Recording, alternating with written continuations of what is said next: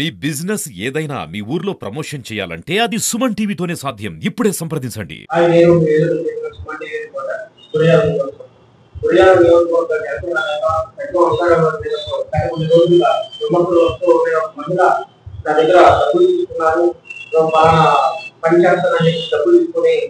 పని చేయలేదని చెప్పేసి విమర్శలు చేస్తా ఉంది ఆ మహిళ. ఎస్పీ ఆఫీస్ లో అదేవిధంగా జనసేన పార్టీ కార్యాలయంలో కూడా అతని పైన కంప్లైంట్ చేశారని చెప్పేసి ఆమె ప్రెస్ నోట్ ద్వారా అదేవిధంగా వీడియోస్ ని బయట పెడతా ఉంది. అదేవిధంగా పార్టీలో కూడా కొంతమంది అతని పైన పార్టీలో సస్పెండ్ చేస్తారు అది ఇది అని చెప్పేసి మరి ఎలిగేషన్ చేస్తున్నారు. డైరెక్ట్ గా అసలు ఏం జరిగింది, ఏం జరగబోతుంది అని చెప్పేసి అతని ద్వారానే చూసుకుంటాం. నమస్కారం అండి. నమస్కారం. గత కొన్ని రోజులుగా మీ మీద ఒక మహిళ ప్రచారం చేస్తుంది, డబ్బులు తీసుకున్నారని చెప్పేసి. అసలు ఎందుకు వచ్చింది ఆ మహిళ మీ దగ్గరికి, ఏ రకంగా మీరు ఆ అమౌంట్ తీసుకున్నారు? అదంతా వాస్తవానికి ఫాల్స్ ఎలిగేషన్స్. గత అక్టోబర్ లో ఆ మహిళ మా దగ్గరికి వచ్చింది.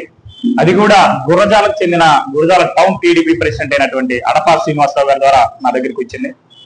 మా కొడుకు ఫిలిప్పీన్స్ లో ఉన్న అబ్రాడ్ లో ఎంబీబీఎస్ ఫైనల్ చదువుతా ఉన్నాడు. మా పిల్లోడు కేసు విషయంలో అరెస్ట్ అయ్యి జైల్లో మగ్గుతా ఉన్నాడు. 300 షుగర్ ఉంది. పిల్లోడు చాలా ఇబ్బందికరమైనటువంటి పరిస్థితులు ఎదుర్కొంటున్నాడు. అనేక రాజకీయ నాయకులు చుట్టూ తిరిగాను. అందరూ కూడా ఎక్కువ మంది మీ పేరు చెప్తా ఉన్నారు. ఖచ్చితంగా మా పిల్లోని తీసుకొచ్చే ప్రయత్నం మీరు చేయాలయ్యా అని ఆమె నాకు ప్రాధాన్యపడడం జరిగింది. మీ కేసు విషయం ఏంటంటే నేను అడగా, తమిళనాడుకు చెందినటువంటి 3 పిల్లలు, మా బాబు నలుగురు కలిసి ఒక 3 పిల్లల్ని అక్కడ కొట్టారు. ఆ కొట్టిన కేసులో మా పిల్లలు అరెస్ట్ అయ్యారని కూడా ఆమె చెప్పడం జరిగింది. ఎవరైతే కంప్లైంట్ దారులు ఉన్నారో వారిది ఒకటి గురజాల, ఒకటి మంగళగిరి, ఒకటి కడప అని చెప్పడం జరిగింది. విట్నెస్ గా ఉన్నటువంటి వారిది భద్రాచలం ఒక మహిళ, ఇంకొక మహిళ హైదరాబాద్ మేడ్చల్ సంబంధించిన వ్యక్తులని ఆమె చెప్పారు. ఏదైతే పిల్లోడు ఇబ్బంది పడతా ఉన్నాడు, 300 షుగర్ ఉందంటుంది, ఎంబీబీఎస్ ఫైనల్ అభిప్రాయపడుతూ కాలేజీలో గొడవలన్నాక సర్వసాధారణమని నేను భావించి ఏదైతే కంప్లైంట్ దారులో ఉన్నటువంటి మొట్టమొదటి వ్యక్తి కళ్యాణ్కి సంబంధించినటువంటి వాళ్ళ నాన్నగారైన రవి గారిని నేను అడపా శ్రీనివాసరావు గారు కట్టడం జరిగింది.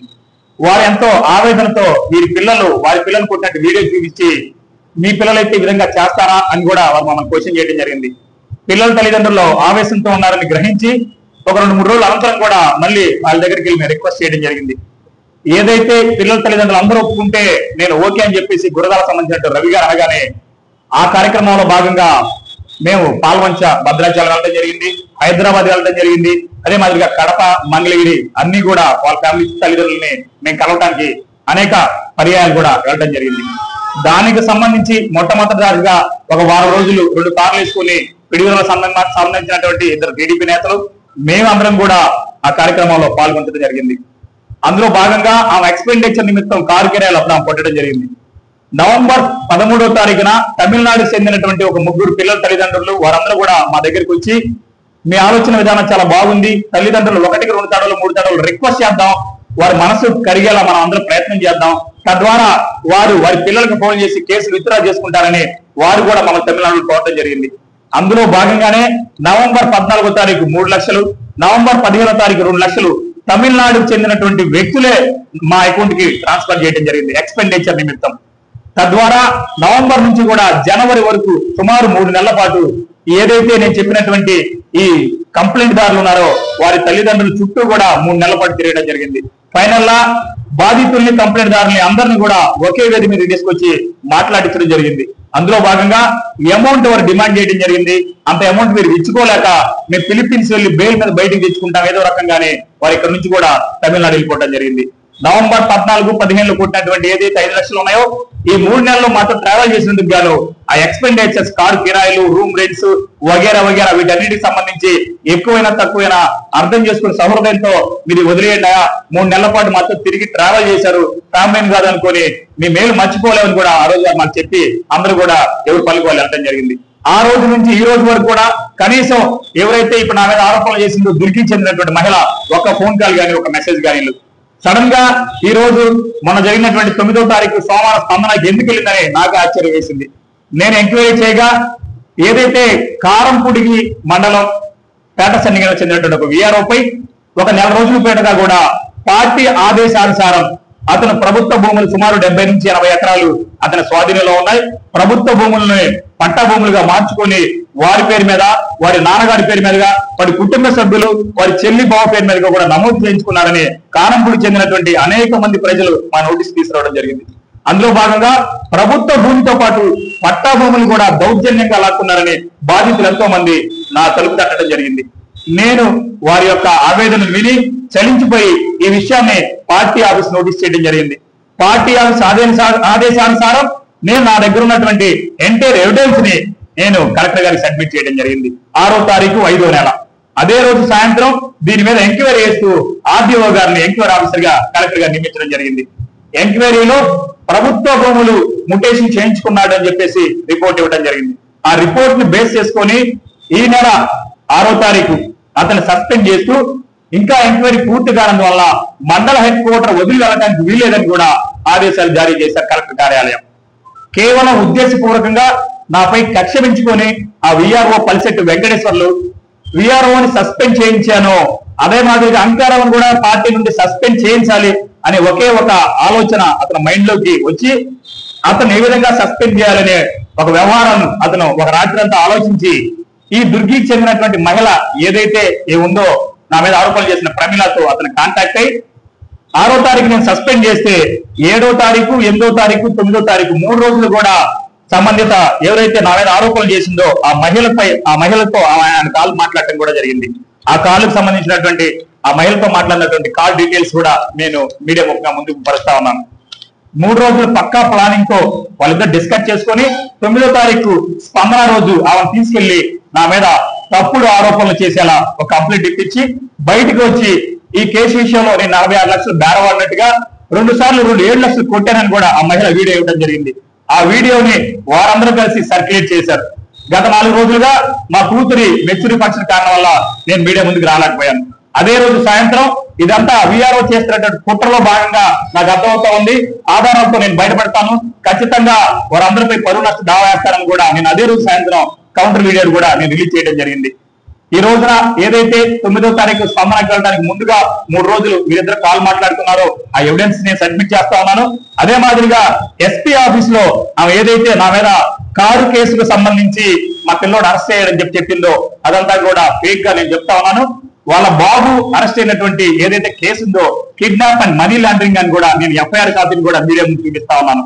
కేవలం ఉద్దేశపూర్వకంగా నా మీద వ్యక్తిగతంగా నన్ను టార్గెట్ చేస్తూ సమాజంలో నాకున్నటువంటి పరువు ప్రతిష్టలను భంగం కలిగించేలా చేసినటువంటి కుట్ర విఆర్ఓ పల్సెట్టి వెంకటేశ్వర్లు, అదే మాదిరిగా దుర్గికి చెందినటువంటి ప్రమీల, వీరిద్దరికి సపోర్ట్ చేస్తూ మా పార్టీకి చెందినటువంటి గురజాలలో ఉన్నటువంటి 2 నేతలు, నియోజకవర్గ వ్యాప్తంగా మరో 2 నేతలు, నలుగురు కలిసి కూడా వారితో ఎప్పటికప్పుడు కాంటాక్ట్ అవుతూ ఈ వ్యక్తిని ఏ విధంగా మనం దిగజార్చాలని ఒక కుట్రపూరితమైనటువంటి వ్యవహారంలో జరిగినటువంటి భాగంలో ఈ యొక్క ఆరోపణలు వీటన్నిటిని కూడా మేము వెలుగులోకి తీసుకొచ్చాం. జనసేన పార్టీ కేంద్ర కార్యాలయానికి మన శనివారం కూడా నేను రిపోర్ట్ చేయడం జరిగింది. నా దగ్గర ఉన్నటువంటి ఎంటైర్ ఎవిడెన్స్ ని అలాగే పోలీస్ శాఖ వారికి కూడా ఇవ్వడం జరిగింది. పోలీస్ శాఖ వారిని కూడా నేను వారం రోజుల నుంచి కూడా ఒకటే విజ్ఞప్తి చేస్తా ఉన్నాను. ఏదైతే నా మీద ఆరోపణలు చేసిందో ఆ మహిళని తక్షణమే పిలిపించి విచారించమని. సాధారణంగా మనం చూస్తా ఉంటాం, ఏ వ్యక్తి మీద ఆరోపణ చేస్తే ఆ మహిళ ఆ వ్యక్తిని పిలిపించమని పోలీసు వాళ్ళని అడుగుతారు. కానీ నేను ఇక్కడ ఆ మహిళని పిలిపించి ఎంక్వైరీ చేయమని అడుగుతా ఉన్నటువంటి పరిస్థితి. ఆ మహిళ వారం రోజుల నుంచి కూడా కాళ్ళు పెరిగింది, చేయి పెరిగింది అని సమాధానం చెప్తున్నటువంటి పరిస్థితులు కూడా పోలీసు వారు చెప్తా ఉన్నారు.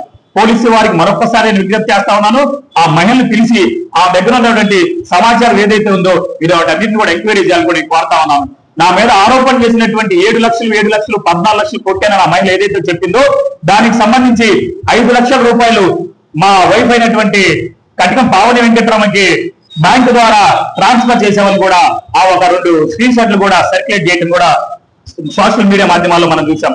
దానికి సంబంధించి నేను ఇందాక ఏదైతే నవంబర్ 14, 15 2 లక్షలు తమిళనాడు వాళ్ళు కొట్టారని చెప్పానో ఆ తమిళనాడు చెందినటువంటి వ్యక్తే స్వయానా కూడా ఒక వీడియో రిలీజ్ చేయడం కూడా జరిగింది.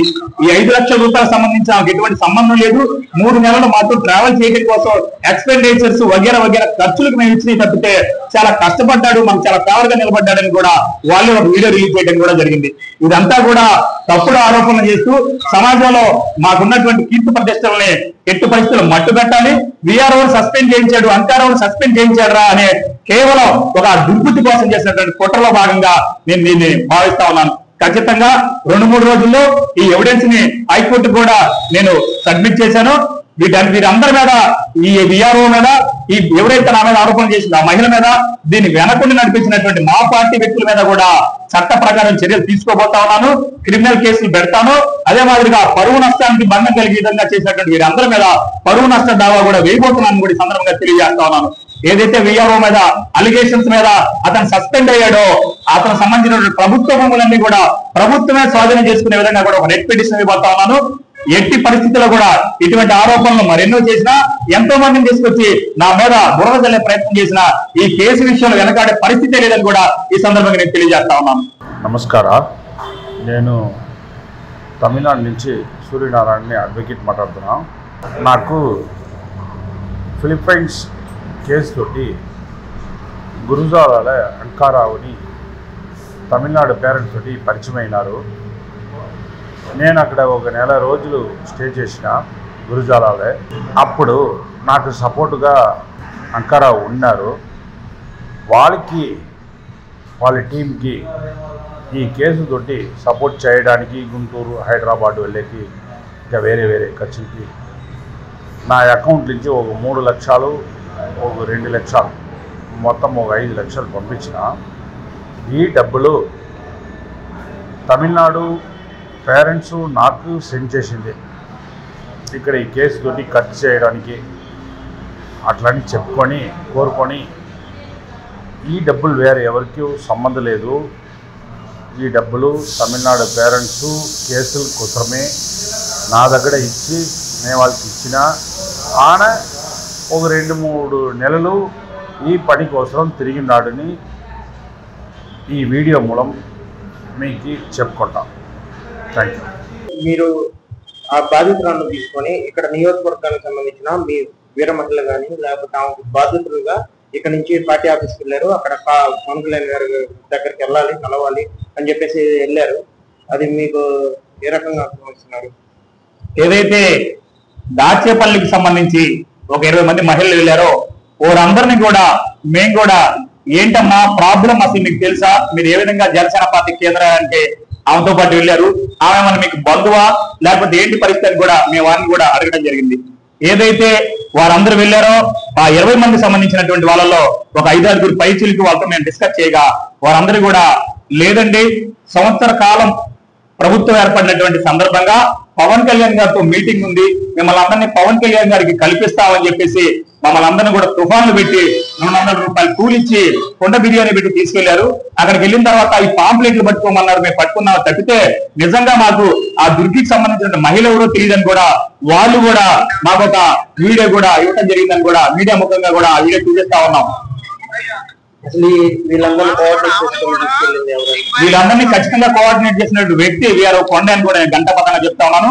ఆయనకి ఏదైతే నేను ఇందాక చెప్పానో జనసేన పార్టీకి సంబంధించినటువంటి నా పార్టీలో నాకున్నటువంటి ఎదుగుదల కావచ్చు, నాకున్నటువంటి బలమైన వాయిస్ కావచ్చు, పబ్లిక్ లో నాకున్నటువంటి నేమ్ కావచ్చు, ఖచ్చితంగా పార్టీ నుంచి అంకారం దూరం పెడితే మనం ఎదుగుతాం అనేటువంటి ఒక దుర్బుద్ధితో పార్టీకి సంబంధించిన కొంతమంది వాళ్ళు కూడా చేశారు కనుక వారు వీఆర్ఓ కలిసి కోఆర్డినేషన్ చేసుకుని ఈ మహిళలకి ఈ విధంగా అబద్ధాలు చెప్పి అసత్య ఆరోపణలు చేసి వీళ్ళు తీసుకెళ్లారని కూడా ఈ వీడియో ద్వారా కూడా మీ అందరికి తెలియపరుస్తా ఉన్నాం. వీఆర్ఓ ఆ పొలాలు ఎక్కించుకున్నారు అది ఇది అని చెప్పి చెప్తున్నారు కదా, ఈ డేటా కానీ లేకపోతే ఆ వీఆర్ఓ కొండ గారికి కానీ మీకు అసలు బాధితులు ఎలా మిమ్మల్ని సంప్రదించారు?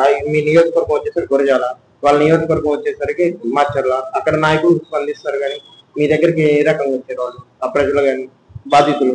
కారంపూడికి చెందినటువంటి ఏదైతే ఇప్పుడు నేను చెప్పానో కారంపూడి మండలం పేడసనగల్లి వీరావు చేస్తున్నటువంటి వ్యక్తి గతంలో దాచేపల్లి మండలం తంగడి చేశాడు, దుర్గి చేశాడు, అదేవిధంగా కారంపూడి చేశాడు, ఇప్పుడు పేడసనగల్లి చేస్తా ఉన్నాడు.